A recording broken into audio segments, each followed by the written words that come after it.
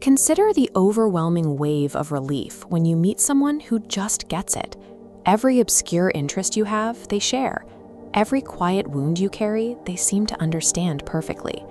But real human connection requires two distinct minds with different histories learning to navigate each other. That process is built on clashing perspectives, differing opinions, and constant, healthy friction. When that friction is completely missing, you aren't witnessing a miracle. A flawless, frictionless relationship is a sign of intentional design. Mistaking this performance for a soulmate leads to an undefended mind. You lower the gates, granting a psychological predator absolute access to the machinery of your reality. Our brains equate social belonging and external validation with basic survival. We are biologically hardwired to seek safety by finding a place where we fit. In a landscape of modern isolation, that drive is often starving. We carry a chronic, quiet anxiety that no one around us actually understands who we are or what we've been through. This constant ache to be seen creates a massive psychological vacuum, a perfect, highly exploitable entry point for a master of reality manipulation. To exploit that vacuum, manipulators use a stealth tactic called systemic predatory mirroring. It begins with a phase of passive intelligence gathering. The manipulator studies you, tracking the exact cadence of your speech, the topics that make your eyes light up, and the specific traumas that cause you to tense up with fear. Once they have the data, they feed it back to you. If you mention a niche passion, they adopt it. If you vent about a boundary you've set, they amplify your anger, telling you your reactions are entirely justified. This creates a customized artificial echo chamber. By reflecting your exact thoughts and emotions, they isolate your sense of reality, ensuring you only trust what they mirror back to you. This map highlights the amygdala, your threat detector. When incoming signal waves perfectly align with your own, the amygdala powers down. Your biology cannot recognize its reflection as a threat. As defensive barriers dissolve, psychological guardrails drop.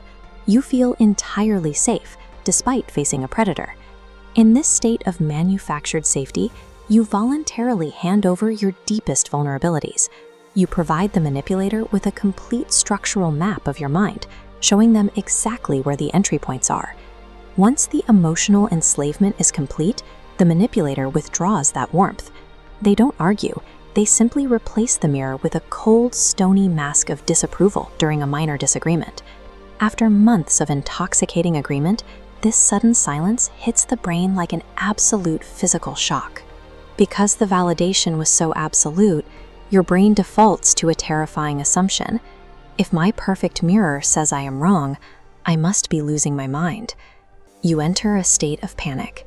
You begin altering your behavior, apologizing for things you didn't do, and bending your identity into knots just to restore that lost sense of safety. This desperate compliance completes the loop. You are no longer an independent person. You have been rewritten into a dependent puppet, terrified of the silence and begging for the strings to be pulled. The fallout of identity hacking is a psychological wasteland, characterized by the total, terrifying evaporation of the original independent self. Your internal compass has been completely demagnetized. Even after the relationship ends, you may find yourself reflexively seeking the predator's nod of approval for basic daily decisions. You are forced to confront the realization that the entire connection wasn't real. It was a fabricated performance, an echoing chamber of horrors where you were pouring your soul into an actor. This rock bottom provides a rare, albeit painful, opportunity. By surviving the silence and finally making choices without a mirror to guide you, you begin to anchor your perception in yourself. This process is how you build a mind that can no longer be hijacked. If you suspect a relationship in your life is built on mirroring, test the glass. Voice an unconventional opinion or establish a firm, unapologetic boundary that inconveniences them. Watch their face. If they respond with cold withdrawal, subtle punishment, or try to invalidate your sanity, you are seeing the predator behind the mask. True psychological safety exists in your willingness to stand in the quiet space of your own perception, even if the entire world disagrees with you. When you stop begging for a nod of approval, the strings break. The predator is left powerless, holding nothing but an empty cage.